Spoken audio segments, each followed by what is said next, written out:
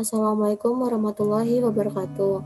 Perkenalkan, nama saya Ingrid Alivia Damayanti dengan nomor NIM 184220073 dengan mata kuliah Bahasa Indonesia kelas B. Di sini saya akan mempresentasikan tentang berpikir induktif dan deduktif sebagai dasar dalam penalaran ilmiah. Yang pertama, saya akan menjelaskan apa itu penalaran. Penalaran di dalam diri manusia memiliki kemampuan menalar, yaitu mampu berpikir secara logis maupun analistik, dan mengakhirinya dengan sebuah kesimpulan.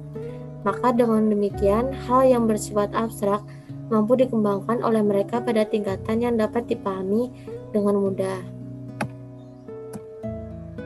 Kemudian, fase-fase perkembangan logika.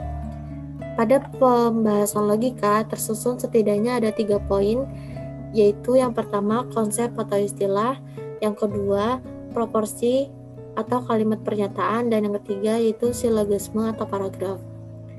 Pertama, yaitu konsep atau istilah, adalah sebuah pemasukan akal manusia mengenai suatu objek, baik bersifat material maupun non-material.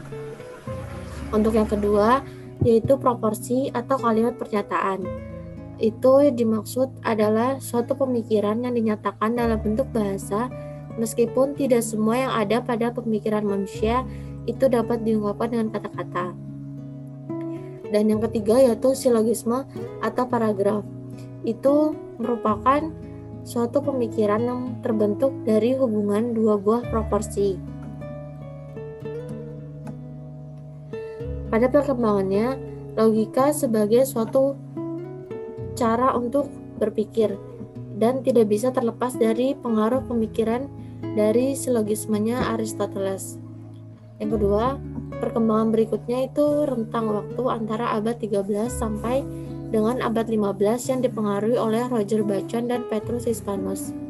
Nah, di puncak perkembangan logika ini berakhir sebagai suatu cara pandang terhadap dunia, walaupun puncak perkembangan logika ini berakhirnya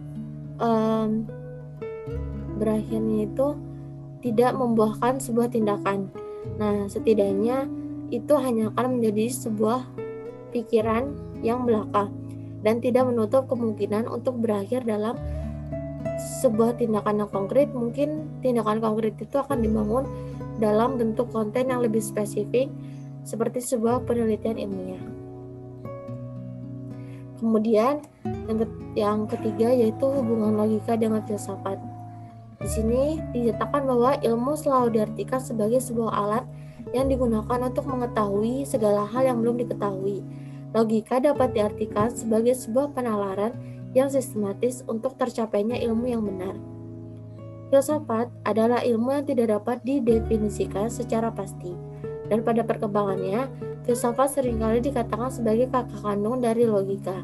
Maka filsafat harus lebih pintar dari logika itu sendiri. Kemudian selanjutnya ini merupakan beberapa faktor minus dari logika yang dilengkapi oleh filsafat. Itu ada 4, yaitu logika sebagai instrumentalisme, yang kedua logika sebagai formalisme, yang ketiga logika sebagai universalisme, dan logika sebagai saintisme. Logika sebagai instrumentalisme di sini itu dianggap sebagai sebuah sarana atau sebuah instrumen dari penciptaannya untuk hal yang sebenarnya.